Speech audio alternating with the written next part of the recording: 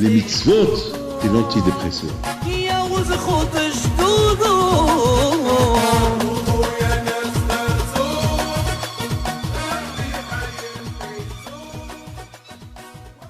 Bishut Morav et Rabotai, à l'approche de Matan Torah,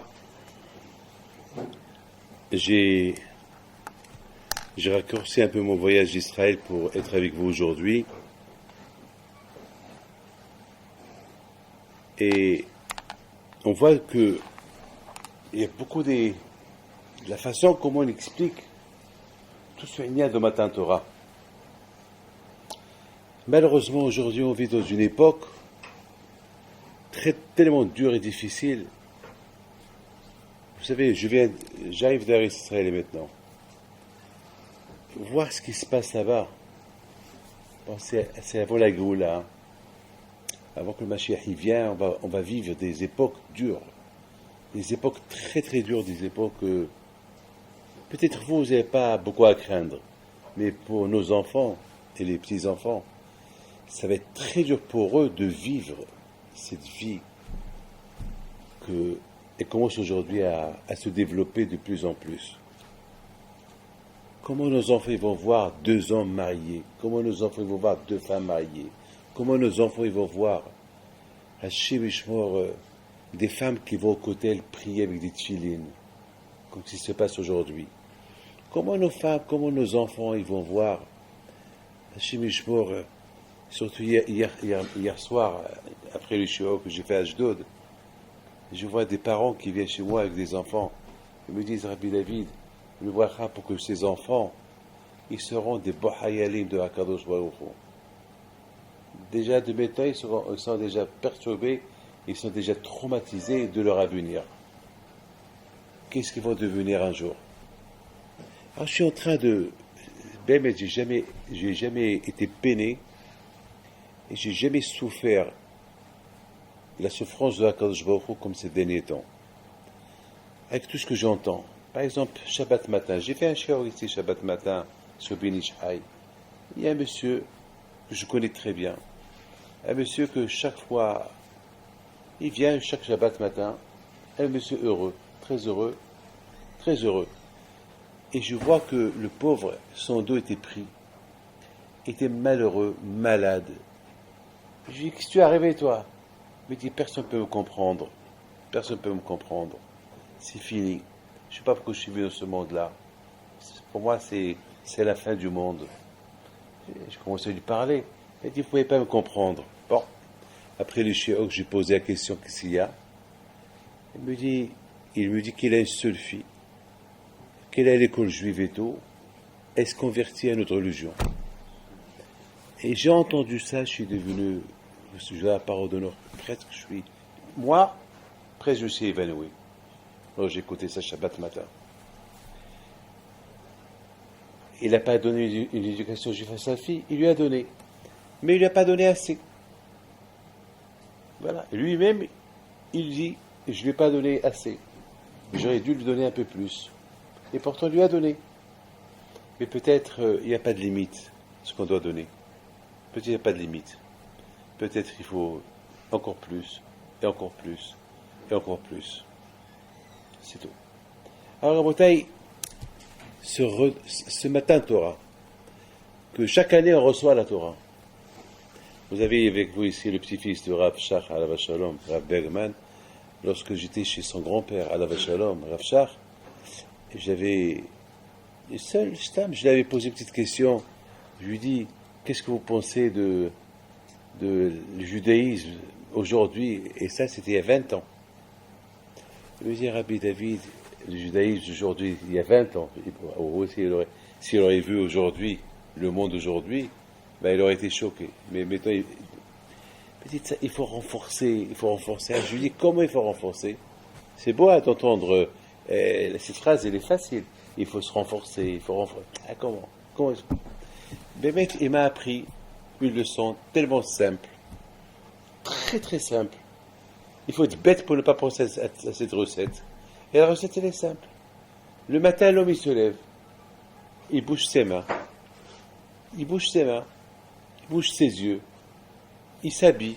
Il marche. C'est facile, hein, c'est des phrases faciles.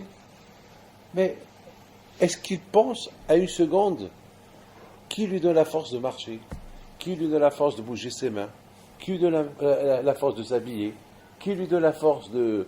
Je sais pas, est-ce qu'il pense à ça? Non. Alors Rav Shachar Al-Vachal me dit, justement, c'est ça l'erreur. Pour se renforcer dans la Emouna, ça commence le matin. Alors ce matin, la personne elle s'élève et il dit, ah Baruch Hashem, je bouge mes mains, ah Baruch Hashem, je vois, ah Baruch Hashem, je peux m'habiller, ah Baruch Hashem, je marche. Voilà. Je me rappelle, il a dit la phrase, il m'a dit, le robot, l'homme, il n'est pas un robot. C'est quoi un robot? Un robot, on fait un programme dans le robot, et le robot il marche, et on le programme. Vous savez, aujourd'hui, dans les stations nucléaires, aujourd'hui, c'est des robots qui rentrent à l'intérieur, qui allument les machines, qui éteignent les machines, parce que c'est contaminé, il y a la radioactive. C'est des robots. Des robots, c'est eux qui font tout. Alors il me dit, il faut que l'homme, il faut qu'il sache, il n'est pas un robot, que c'est un homme divin, un homme que Hachem il a créé. C'est des phrases faciles, mais est-ce qu'on pense à ça? Le matin, on se lève, on dit modé, oui ou pas? On dit modé. Vous faites modé, j'espère. Qui ne fait pas modé? C'est même l'enfant. Modé à l'éléphanera. Mais est-ce qu'il pense au mot modé? Modé, ça veut dire merci. Modé, j'avoue. J'avoue devant toi, Hachem, le bien que tu m'as fait. Est-ce qu'on pense à ça? On dit modé, la tête est... Oh, modé. Donc, la bouteille, c'est aujourd'hui combien, et ça c'est il y a 20 ans, il m'avait dit ça il y a 20 ans. Aujourd'hui, 20 ans plus tard, combien on doit se renforcer chacun à sa façon. Mais la bouteille, mon but aujourd'hui avec vous, c'est d'essayer de comprendre Matan Torah.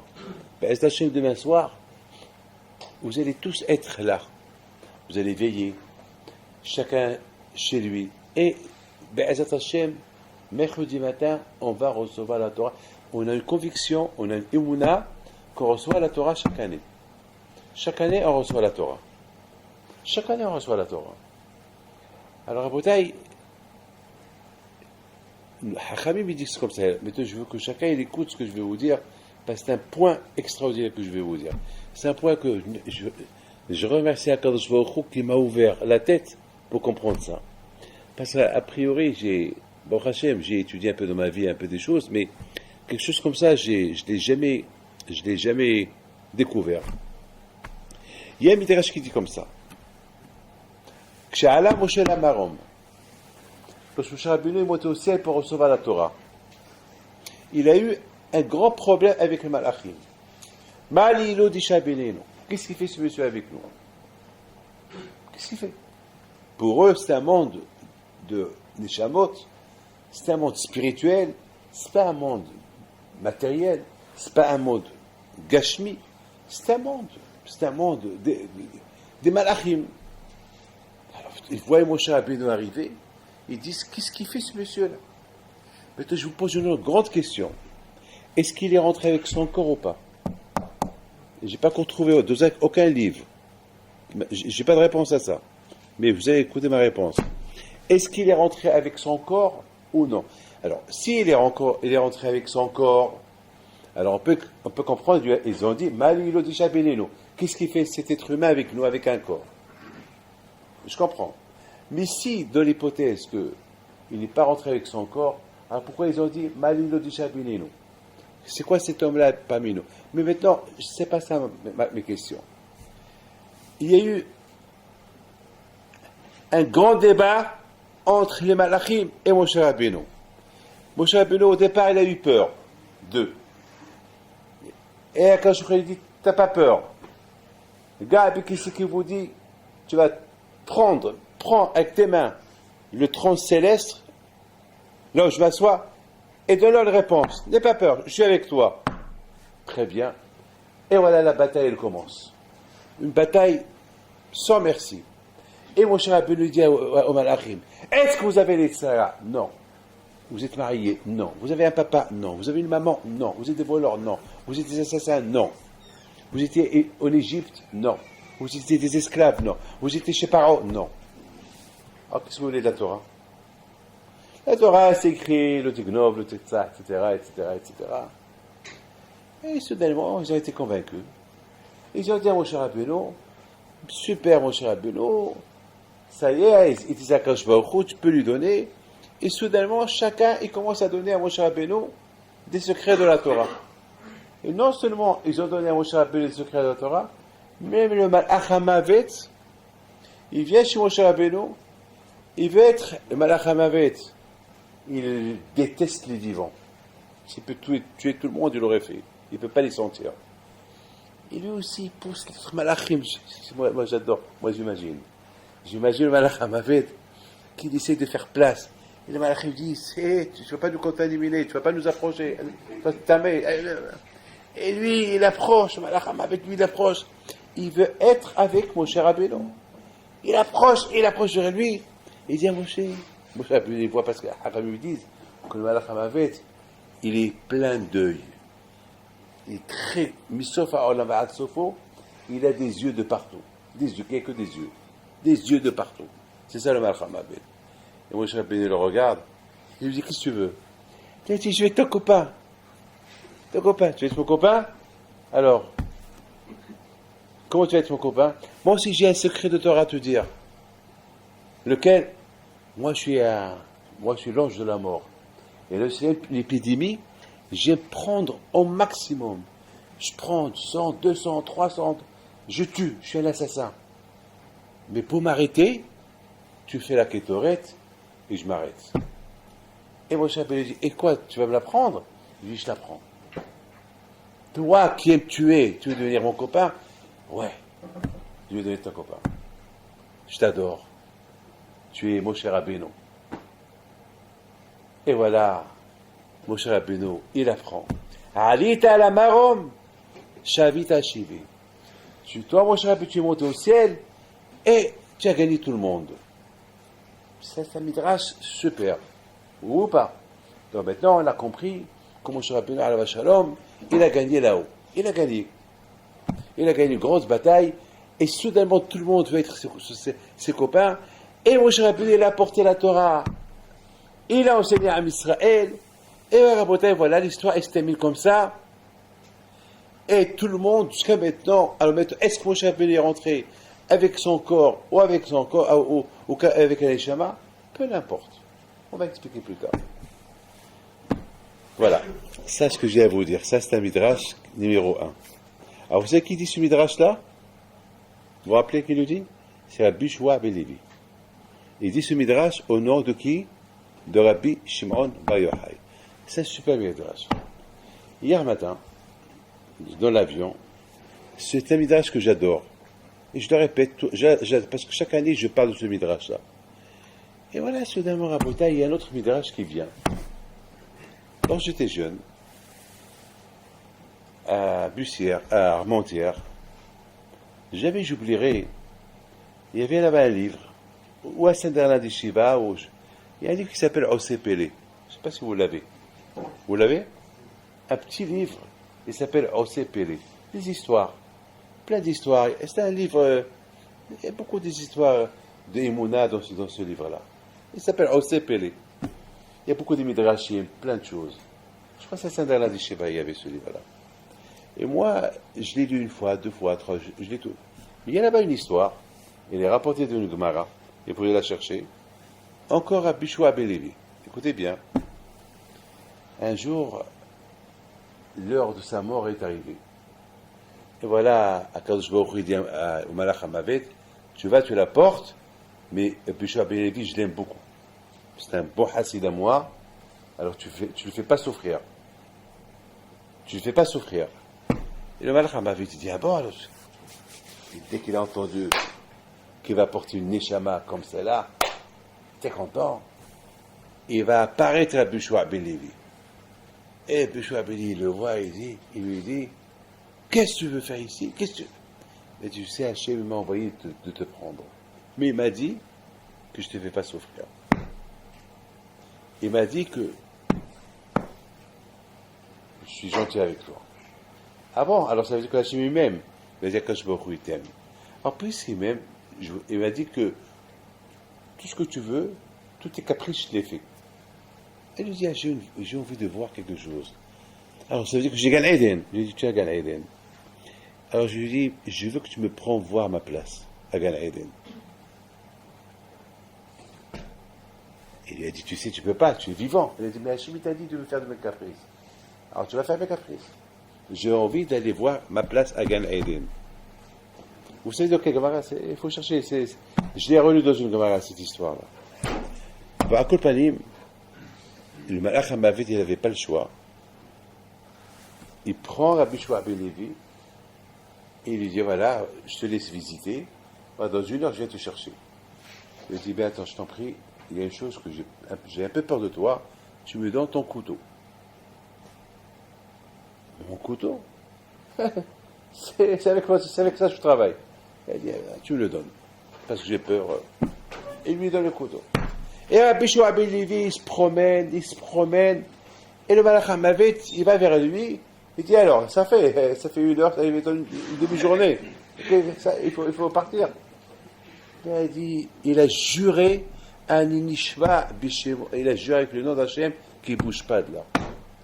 Ça a fait un grand bruit dans le Shamaïm. Ils sont partis chez Akadosh Baruch Hu. Ils demandent à Akadosh Baruch Hu qu'est-ce qu'il faut faire. Et Akadosh Baruch Hu leur a donné une belle machou.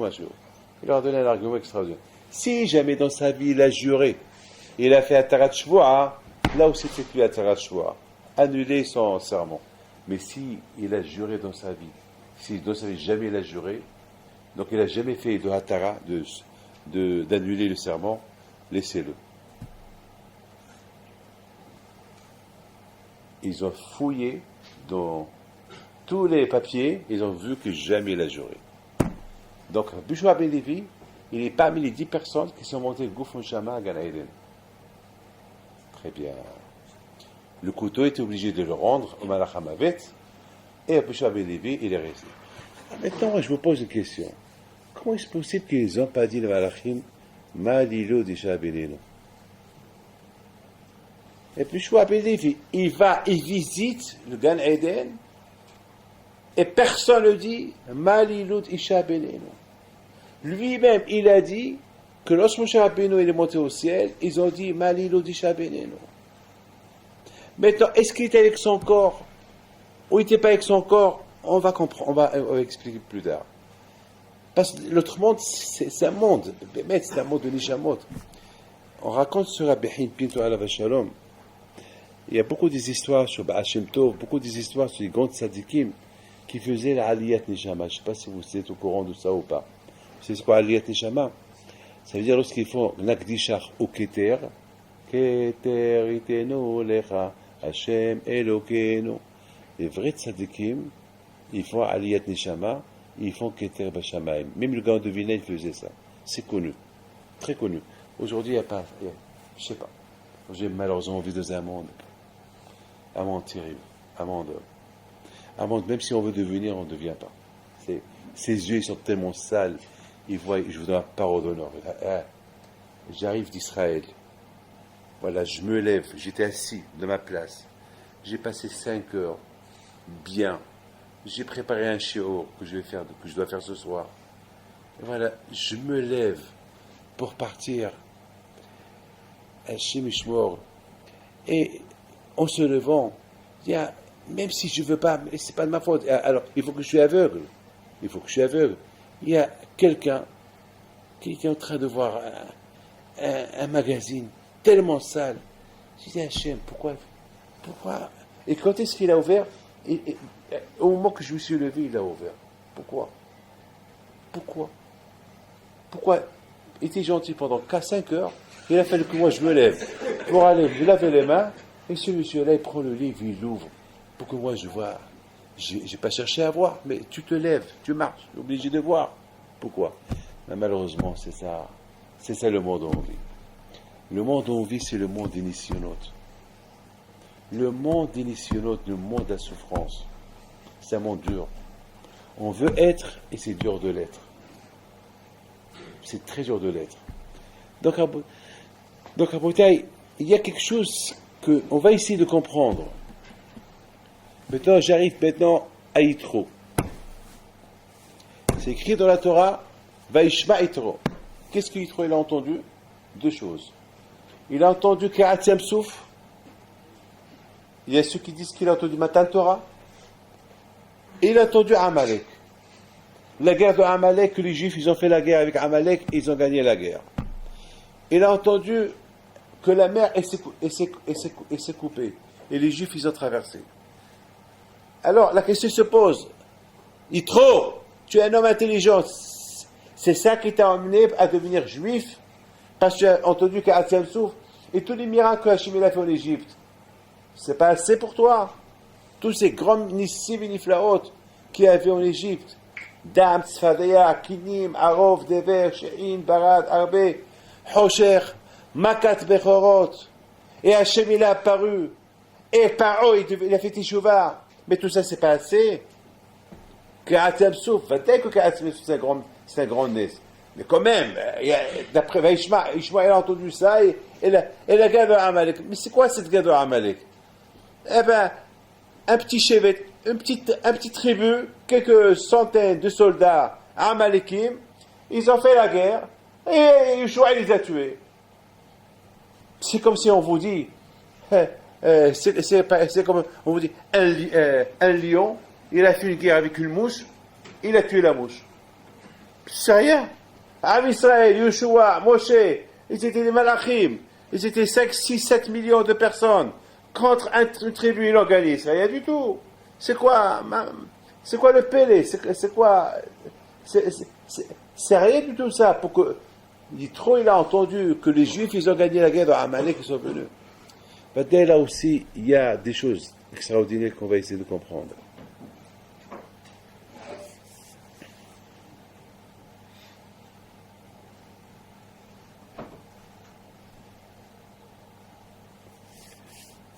Il y a ici chez nous à la Yeshiva, j'ai la permission de vous la raconter. Mais je vous la raconte. Il y a quelqu'un qui a fait ses chevaux ici à la Yeshiva. Je l'ai raconté samedi soir. Après le cours des femmes, il vient me dire, Rabbi David, il faut que je te raconte une histoire. C'est Arik qui me l'a raconté. Vous le connaissez tous. Il m'a dit, ça fait 5 ans que je garde cette histoire, je vous la raconte. Je lui dis laquelle? Il me dit, il y a 5 ans, vous êtes parti au Canada. C'était en plein mois de vacances, mois d'août. J'étais seul, je m'ennuyais. Il n'y avait personne, c'était vide. Je vais d'un binyan à l'autre. Et je m'ennuyais. Et puis j'ai pensé à acheter un petit truc là, voir un petit film. Après, j'ai commencé à réfléchir, comment je vais acheter un film? Je suis allé à Yeshiva. Je ne peux pas le faire. Mais ce Yetzara était tellement fort. Le Yetzara, ceux qui n'étudiaient pas la Torah, le Yetzara était tellement fort que j'ai décidé de l'acheter.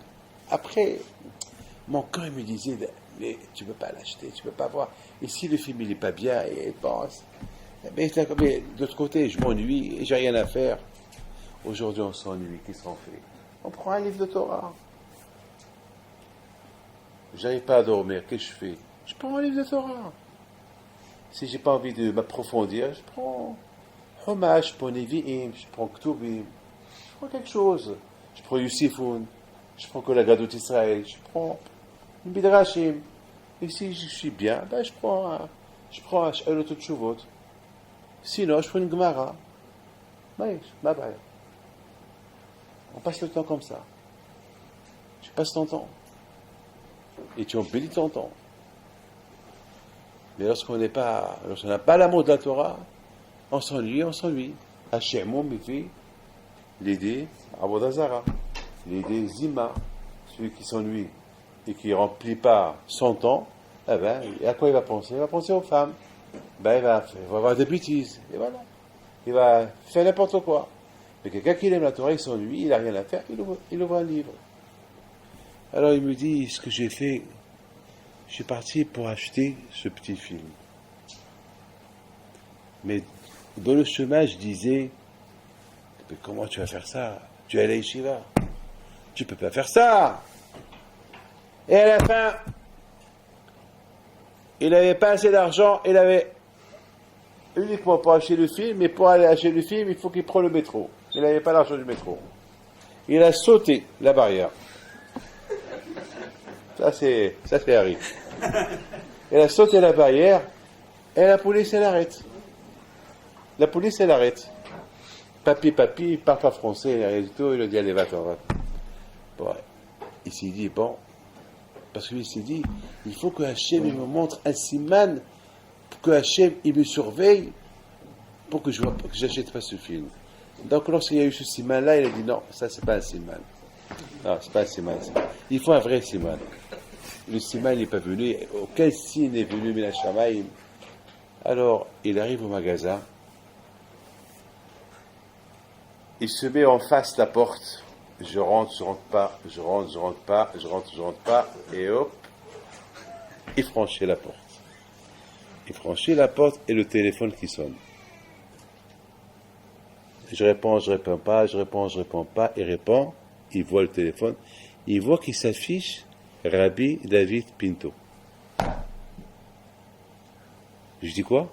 Il m'a dit Rabbi David, je vois que votre nom, il s'affiche. Alors que tu as fait? Il m'a dit, j'ai répondu, mais il n'y avait rien.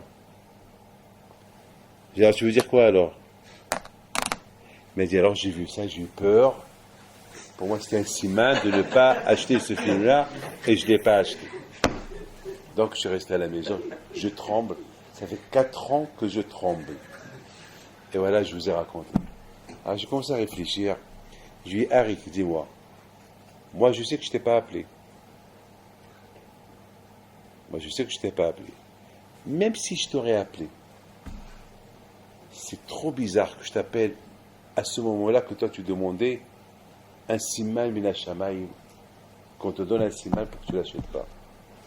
J'ai dit, mon fils, ça c'est des choses que je ne peux pas t'expliquer, mais tout ce que je peux te dire, c'est que lorsqu'un homme il demande l'aide du ciel, on l'aide.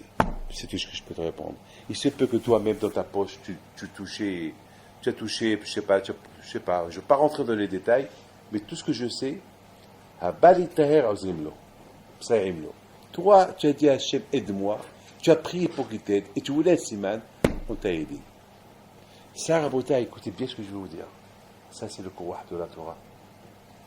Si vous avez le temps, lui vous la raconte, mais il n'y a rien, il y a rien à comprendre dans cette histoire-là. Moi, je dis, il n'y a pas eu ici Ma'asinissim. Il n'y a pas eu de miracle ici. Il y a eu ici une Si'ata Ishmaïa, c'est tout. Comment il est venu cette Si'ata Ishmaïa? Peut-être indirectement, involontairement, il avait le téléphone dans ses mains. Et aujourd'hui, avec le téléphone, beaucoup de fois, sans vouloir, on appuie sur quelqu'un et on tombe sur lui. Voilà, à Kolpanim, je ne vais pas rentrer dans les détails. Il se peut, moi-même, je me suis trompé, je l'ai appelé sans savoir pourquoi je l'ai appelé. Après, j'ai dit, non, j'ai pas besoin de lui, j'ai éteint. Peut-être c'est moi qui l'ai appelé, mieux d'ailleurs, sans savoir pourquoi. C'est des choses de Akadosh Baruch Hu. On ne peut pas comprendre Akadosh Baruch Hu ici. Mais tout ça, Rabotai, lorsqu'un homme, il demande l'aide, qu'est-ce qu'il a entendu, Yitro? Yitro, il a entendu que Am Israël, ils arrivent dans la mer, plein de miracles en Égypte, ils arrivent, la mer, elle se coupe pas. Elle se coupe pas. Pourquoi la mer, elle se coupe pas? Parce que la mer, il dit, moi, je ne me coupe pas pour un peuple qui n'étudie pas la Torah. Si vous avez la Torah, je me coupe pour vous, comme Rabbi Pinhas ben Yair. Rabbi Pinhas ben Yair, il a coupé la rivière, il a traversé la rivière, pourquoi? Parce qu'il avait le kouah de la Torah dans ses mains. Alors que dans la mer, même Moshe Rabbeinu, qui était Moshe Rabbeinu, il n'a pas réussi. Il a fallu qu'Akadosh Baruch Hu, il crie à la mer, coupe-toi, ou je te coupe. Là, il a eu peur. C'est ce qu'il a entendu, trop. Il a entendu trop que le monde, il a changé de nature. Que le monde, c'est plus le monde qui était avant. Aujourd'hui, le monde, il fonctionne avec la Torah. C'est fini. C'est fini que chacun, celui qui veut faire n'importe quoi, il le fait. Non, maintenant le monde, il a compris que c'est fini. Il a compris que même la nature, elle n'a pas voulu Écoutez Moshe Rabbeinu, parce que Moshe il n'a pas encore reçu la Torah. C'est ce qu'il a entendu. Donc il a compris une chose, il a compris que je suis en train de perdre mon temps. C'est perdant. Je suis riche, je suis milliardaire, j'ai de l'argent, j'ai tout. Mais c'est pas tout ça que je vais prendre. Tout ça c'est bidon, c'est pas ça. Il manque le écart. Il manque le écart. Être parmi ceux que le monde il tient grâce à eux. Bémet. איזה זכות תהיה לך אם בשם אומרים בזכותך העולם עומד. Quelle zchut vous pouvez avoir, vous, si dans le ciel on dit tel et tel, grâce à lui que le monde y tient. Mais c'est un zchut. Mais c'est un zchut. Mais Hachem, ou le contraire, ils vont dire sur ce tel et tel, ben, à cause de lui, le monde il va se détruire. Hachem Yishmor. Mais quel zchut. Mais c'est ce qu'il a compris, trop. Il a compris trop que maintenant le monde il tient par la Torah. Et quelle zchut. Comme que la Gemara dit, chacun doit dire Olam nibra b'shvili. Le monde a été créé pour moi, c'est pour moi, pas pour toi, pour moi. Donc si c'est le monde, il a été créé pour moi, donc je suis responsable du monde. Je dois tout faire pour que le monde se maintienne. Il faut avoir cette idéologie. C'est ce que Yitro il a entendu. Mais de l'autre côté, Yitro il a entendu autre chose. Il a entendu qu'il y a un Yitzhara, que jusqu'à maintenant, il était endormi. Jusqu'à maintenant, Yitzhara, il gênait personne. Mais depuis que maintenant, il y a la Torah, le Yitzhara, il s'est réveillé. Il va tout faire pour t'empêcher d'étudier. Même, qu'est-ce qu'il a entendu, Yitro? Rafou Yedehem. Les Juifs, ils ont étudié la Torah, mais pas avec acharnement. C'est pas avec Amal. À cause de ça, il est venu Amalek. Il a compris, il y a deux forces. Il y a maintenant un redémarrage du monde, qu'un monde y tient grâce à la Torah. Et il y a un qui essaye, un Yitzhara qui essaye de faire perdre d'équilibre de ce Kiyuma Olam en empêchant les gens d'étudier la Torah. Il a commencé à comprendre que maintenant, il y a un but qui a été créé. Il y a un but. Mes amis, est-ce que vous vous êtes posé une question un jour? C'est quoi mon but? La bébête, je vous pose une question. Et ça vous arrive de... C'est quoi? Maternité be'olami, c'est quoi mon but? C'est quoi mon... Bébête, c'est quelque chose que chacun il doit... Moi, beaucoup de fois, je me la pose. Vous savez, c'est quoi mon but? C'est bien, mon but, se marier, très chez marié. Avoir des enfants. Et le grand-père, je suis grand-père. Avoir une maison, j'ai une maison. Alors, c'est quoi? C'est ça? C'est ça ton but? C'est quoi alors? Quoi d'autre? Quoi? Un autre but. Vous savez voir Rabbi Yitzhak Halevi de Babitchov, il n'y avait pas d'étrogim chez lui. Pas d'étrog. Il avait de la peine. Il a envoyé partout des gens pour acheter un étrog. Wallo. Il n'y a pas d'étrog. Il leur a dit, je vous en prie. Il a dit à ses élèves, je vous en prie, faites tout pour m'avoir un étrog. Je paye le prix fort. Toute la vie de Babitchov, il n'y a pas d'étrog. Ils sont sortis, chercher un peu les environs des villes, et ils ont vu un juif qui a un étrog.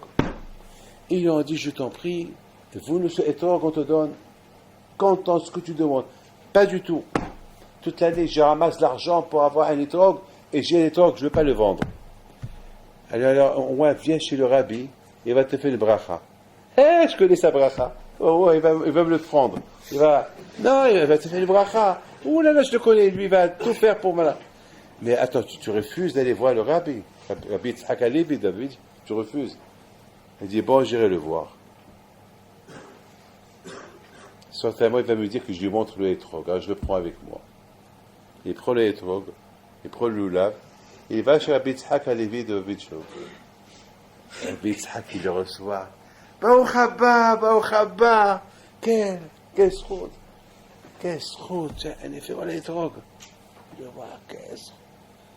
Tu peux passer avec nous à la fête. On va bien te recevoir, on va bien t'accueillir, on te donne de l'argent. Non, je rentre chez moi à la maison, j'ai langué ma femme, mes gosses. On te donne ce que tu veux. Elle vend le...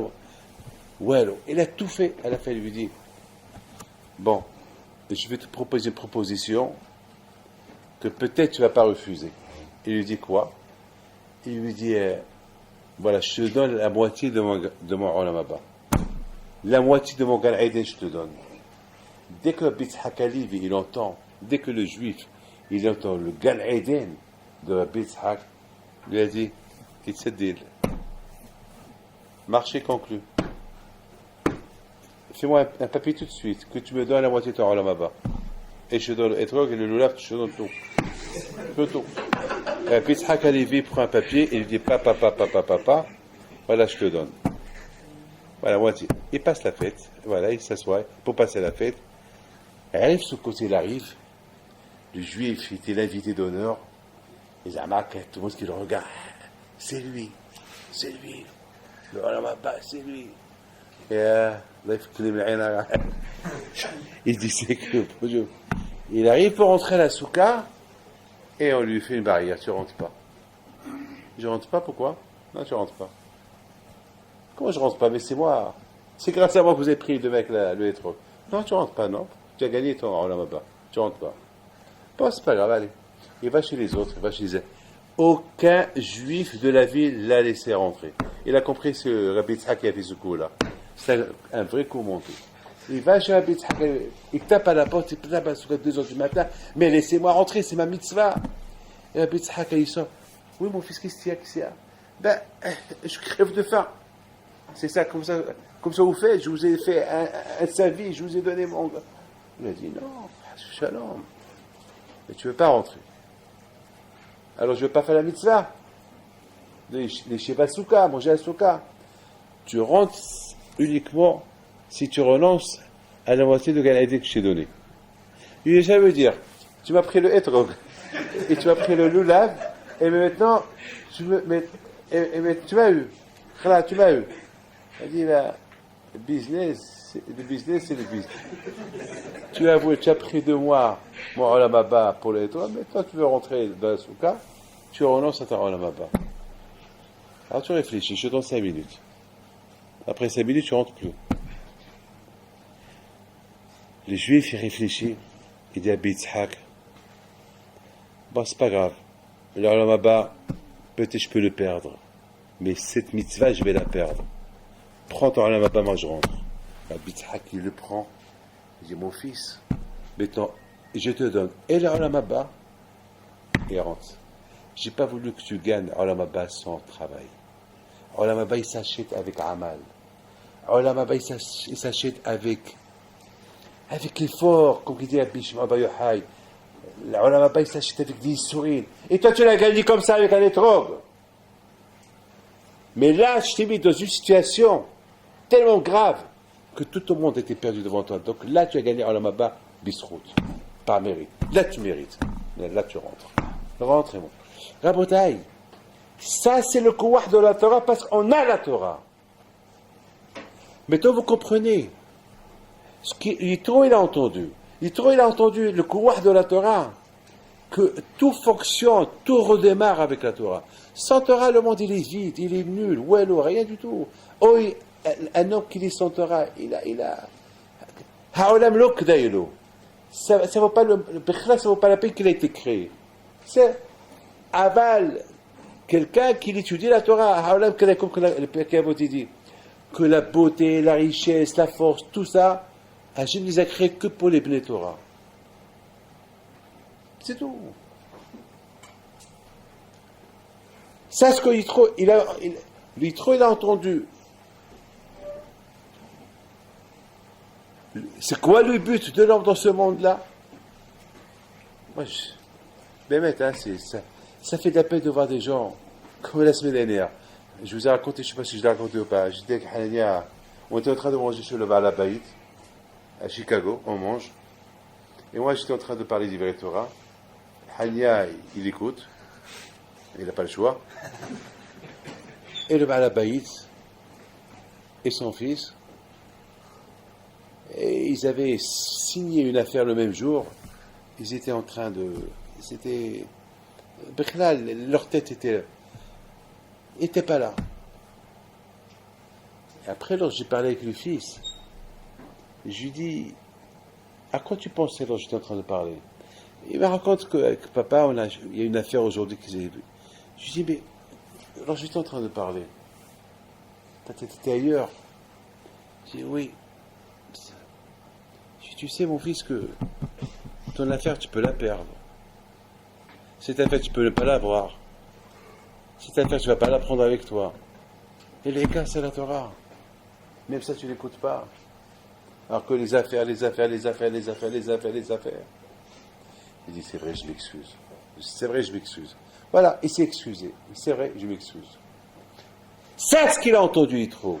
Il a entendu comment le Tzara, il banalise la Torah, il banalise le Emet. Et pourtant, c'est des gens religieux, c'est des gens qui ont le chasse à la maison, qui ont fait la yeshiva et tout.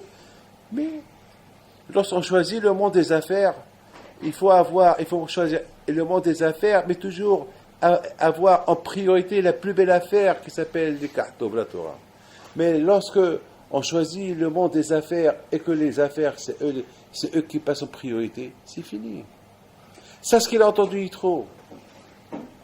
Il a entendu Yitro que je vais faire avec tout cet argent-là que j'ai. J'ai ramassé. Je ne vais même pas le prendre avec moi, que je vais faire avec. Je vais faire avec. Qu'est-ce que je vais faire avec? C'est ce qu'il a entendu Yitro. Il a entendu Yitro, il a entendu Yitro que la mère ait dit à Moshe Rabbeinu, Moshe, je ne peux pas me couper pour toi parce que moi je peux me couper uniquement par des gens qui ont étudié la Torah, qui ont le courage de la Torah dans leurs mains, mais toi tu n'as rien encore. T'as un problème, Moshe. Je ne peux pas t'écouter, tu m'excuses. Même si c'est Hachem qui t'a dit, que Hachem vient me le dire, je ne me coupe pas. Et c'est ce qu'Hachem a fait. Il a fait le qu'Hachem il a apparu à la mer, et la mer il s'est coupé. C'est ce qu'il a entendu, il trouve.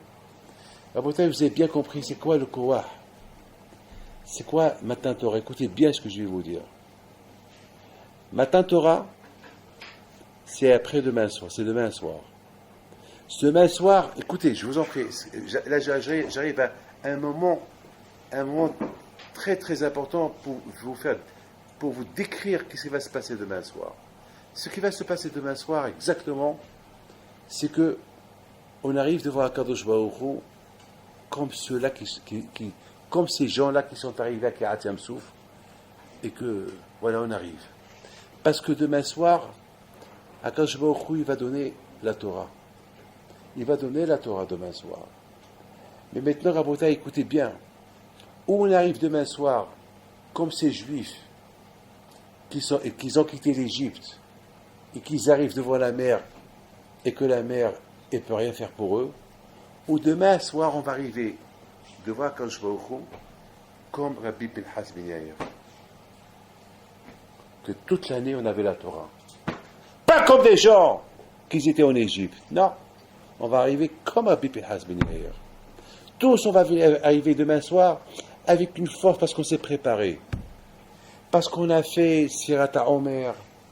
On s'est préparé de Pessah jusqu'à maintenant pour recevoir la Torah. Et on est comme Rabbi Pinchas ben Yair. On arrive comme Rabbi Pinchas ben Yair. Et que maintenant la Torah, elle est à nous. Hachem, il nous donne la Torah. Il nous ajoute la Torah. Il nous ajoute encore plus qu'il nous a donné. Encore plus. Ou bien, Hachem Ishmor, on va arriver comme des Amers Aratzim, comme des ignorants, comme des gens bidons, alors qu'on a déjà reçu la Torah, on arrive comme des Amers Aratzim, la tête elle est ailleurs. Que le monde, le monde, qu'on n'a même pas un mérite pour que le monde y tienne pour nous. Alors que nous on dit à Olam Omed, à la Torah, à la Aboda, le monde y tient grâce à la Torah, et la prière, et Gemet Hassadim, on va arriver sans srouyot, sans rien du tout. Wallo, des gens vides. Ça sera un bisayon. C'est un grand bisayon. On va arriver comme ça devant Akadosh Baruch Hu. Maintenant, vous avez compris la grande question que je vous ai posée tout à l'heure, et je la réponds, et on termine. Avec ça, vous allez partir ce soir, et si ça ne vous dérange pas, au moins dites-le, dites-le au mon nom. Comme ça, j'aurai un peu des srouillottes à ce Shavuot-là pour que Hachem il me donne un peu plus de tout. On a posé une question tout à l'heure. Le même Abishua ben Levi et le même Abishua ben Levi. Le même Abishua ben Levi qu'il dit au nom de Rabbi Shimon bar Yochai, lorsque Moshe Rabbeinu est arrivé dans le ciel, les malachim ils ont dit Mali Lotisha Benenu. Oui ou pas? C'est Bishwa Ben Levi qui dit ce Mahamar-là. Qu'est-ce qu'il fait celui-là avec nous? Maro Sepo. Lui, il n'appartient pas à ce monde-là. Alors on a posé une question. Est-ce qu'il est venu avec son corps ou il est venu sans corps? S'il est venu avec son corps, je comprends l'argument des Malachim. Qu'est-ce qu'il fait ce Moshe Rabbeinu avec un corps dans l'autre monde? Ici, il n'est pas venu sans corps. Alors, s'il n'est pas venu sans corps, parce qu'il a laissé à Sinaï. Donc, c'est Salishama qui est monté. Puis, c'est Salishama qui est monté. Alors, c'est pourquoi ils disent Malilo Dishabininu. Après, ça, c'est Rabbi Shua Ben Levi. Et après, je vous ai posé la grande question d'un autre Rabbi Shua Ben Levi, le même Rabbi Shua Ben Levi, qu'avant qu'il est mort, il s'est promené à Gan Eden, et après, il ne voulait plus quitter Gan Eden. C'est le Malach HaMavet qui l'a pris à Gan Eden. Il a juré qu'il ne quitte plus Gan Eden. Et il est resté à Gan Eden jusqu'à maintenant. Alors, ma question, elle est, lorsqu'il est parti visiter Gan Eden, comment ça se fait que Malach, ils n'ont pas dit Malilo Dishabini? Qu'est-ce qu'il fait celui-là avec nous? Le même argument qu'ils ont fait pour Moshe Rabbeinu. Mais la réponse, elle est super extraordinaire. La différence entre l'époque de Moshe Rabbeinu et l'époque de Bishwa Ben Levi, c'est une différence énorme. À l'époque de Moshe Rabbeinu, lorsqu'ils ont dit qu'est-ce qu'il fait ce monsieur avec nous ici? Parce qu'il n'a pas reçu la Torah. Parce qu'il n'a pas reçu la Torah. Qu'est-ce qu'il fait? C'est le Kiyum, Ha'olam, et l'existence du monde et l'existence de l'homme lui-même, c'est la Torah. Parce que la Torah, elle transforme le corps. Le corps, il devient Hatira Dikdusha. Même si c'est un corps, il devient Torah. Regardez mes mains. Mais mes mains, c'est Torah, mes mains. Lorsque j'utilise mes mains pour faire que des mitzvot, c'est plus. D'ailleurs, on dit lorsqu'un tzaddik meurt, Siftotav Tobevot Vakever. Il étudie la Torah même dans son corps, même dans son tombeau. Donc ça veut dire que lorsqu'ils ont dit Malilot Isha Benenu, qu'est-ce qui fait un être humain avec nous? Ils ont parlé d'un être humain qui n'a pas encore étudié la Torah. Mais la différence, elle est énorme. Lorsque Bishwa Ben Levi est monté au ciel, 2000 ans plus tard, il se promenait. C'était Rabbi Shua Ben Levi. C'était un grand tzaddik. À tel point que la Gemara raconte, lorsqu'il est parti visiter Rabbi Shua Ben Levi, il tape à la porte. Toc. Qui est là? C'est Yeshua Ben Levi. Je veux rentrer te voir. By your high. Et Rabbi Shua dit, est-ce qu'à ton époque, il y a eu l'arc-en-ciel? Parce que lorsqu'il y a l'arc-en-ciel, ça veut dire que le monde, il n'est pas méritant. C'est qu'il n'y a pas de grands tzadikim, que grâce à ces tzadikim-là, ils peuvent faire acquitter le monde entier des Averot. Rabbi Shua Ben Levi, il a réfléchi. Il a dit, oui, il y a eu l'arc-en-ciel dans ma vie. Il a dit, puisqu'il y a eu l'arc-en-ciel dans ta vie, tu ne veux pas rentrer me voir. Et la Gemara, il dit, Vélohi, c'est pas vrai. Vélohi, c'est pas vrai. À l'époque de Bishwa Ben Levi, il n'y avait pas eu l'arc-en-ciel. Alors pourquoi il a menti? Il n'a pas voulu Zamaker. Il n'a pas voulu faire la gava. Il n'a pas voulu se lancer des fleurs. La folie, ça. Même dans notre monde, Olama Emet, il y a la gava. Ah oui ou pas? C'est quoi dans notre monde? C'est Olama Emet quelle gava? Malgré tout. Parce que le fait qu'il était encore avec son corps, ce corps-là, il est encore matériel. On ne joue pas à Olam Haba avec des choses comme ça. Et Rabbi Shua Ben Levi, il est resté à Gan Eden. Ça veut dire, à Botaï, le kouah de la Torah, il change. Vous savez, une fois, Rabbi Haim Pinto, mon grand-père, Alav Shalom, Alav Shalom, ça c'est mon oncle qui me l'a raconté. Et il y avait Rabbi Haim Pinto, il avait toujours l'habitude d'acheter la viande chez quelqu'un. Chez quelqu'un, il avait son boucher à lui. C'était lui qui préparait toujours la viande. Mais même Saouda, ma grand-mère, elle n'a pas eu le temps, elle a été chez un autre. Elle apporte la viande, la soupe à Rabbi Haim Pinto, Erev Shabbat. Et il dit à sa femme, mais il y a plein de verres. Il y a plein de verres. Elle regarde. Je dis, mais c'est de la folie. Mais d'où ils sont sortis ces verres? Je dis, bon. Il a commencé à réfléchir. Et il dit, dis-moi, Chez qui tu as acheté la viande? Il dit, eh ben, j'ai pas eu le temps, j'ai acheté chez tel et tel.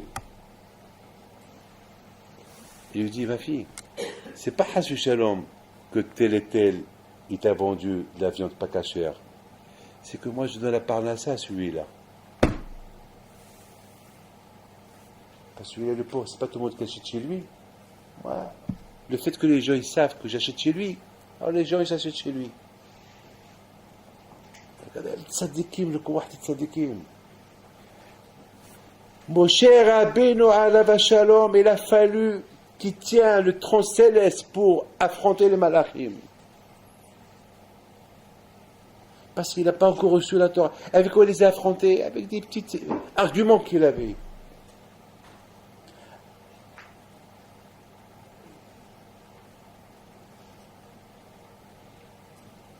Moshe Rabbeinu alav shalom,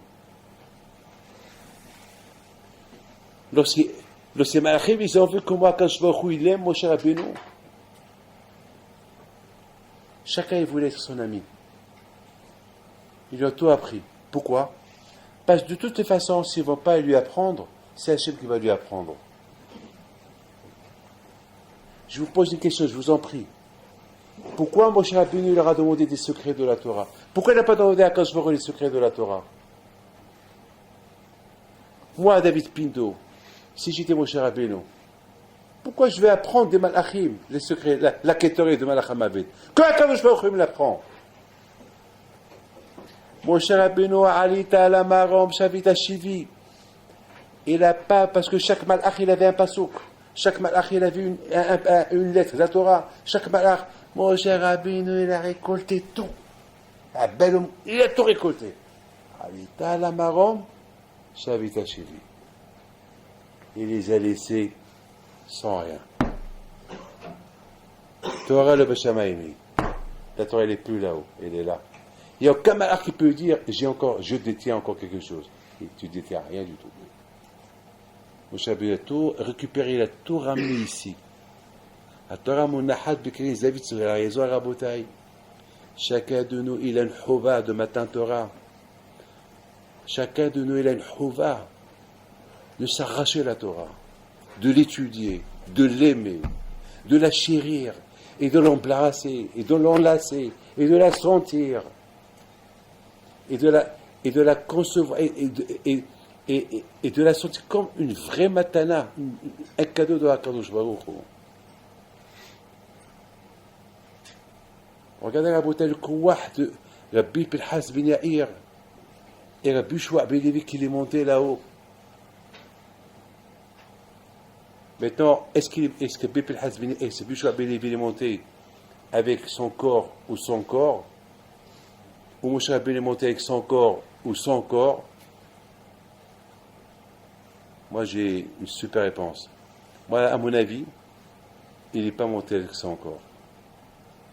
Le corps, il est resté quelque part à Har Sinaï. Et alors, vous allez me poser la question, alors comment ils ont dit Maïli Elodi Shabinenu? Eh bien, parce que cette Neshama, son corps, il attend. Et s'appelle encore Iludisha.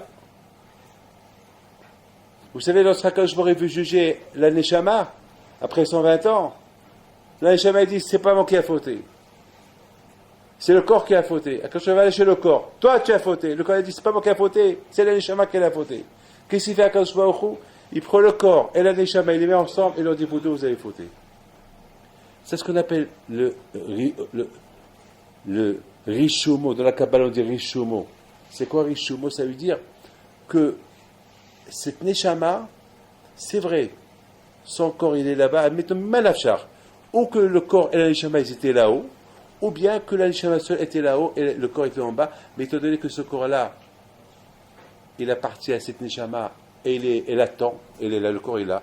Parce que vous savez que dans la Kabbalah on dit que lorsqu'il est tzadikim, il faut aller à Neshama, ils la font pas au lit, ils la font debout. Parce que Keter et Nakdija, il se fait debout. Donc ça veut dire que le gouffre il est debout. Donc parce que si le corps il est mort, il tombe. Donc le corps il est debout. Donc ça veut dire la Neshama, donc on peut dire là-haut, Mali Lodisha Beleno, qu'est-ce qu'elle fait cette Neshama? Elle est partie à ce corps-là. Et tout cela, elle n'a pas étudié. Accompagnez Rabotai le zichut que vous avez, que demain soir, Be'ez Hashem, vous allez arriver demain soir, vous allez arriver, nos neshamot là-haut, maintenant, je rigole pas, ça va se passer exactement comme Moshe Rabbeinu. Ma'alilo d'Isha Benenu.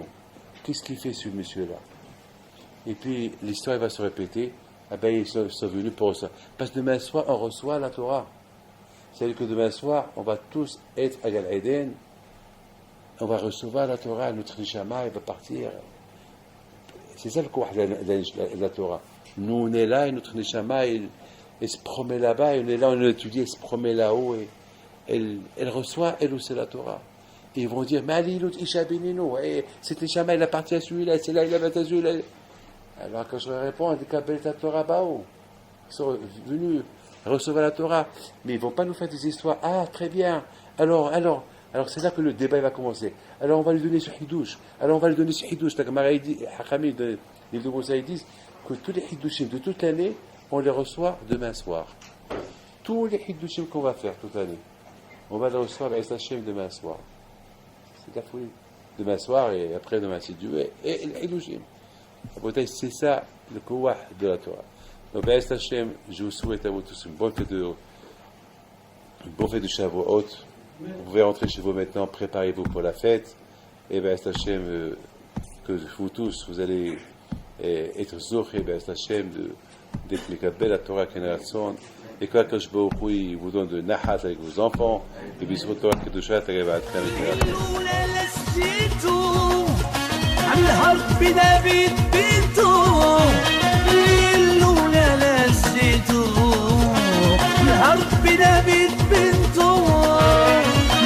العيالات صغرتو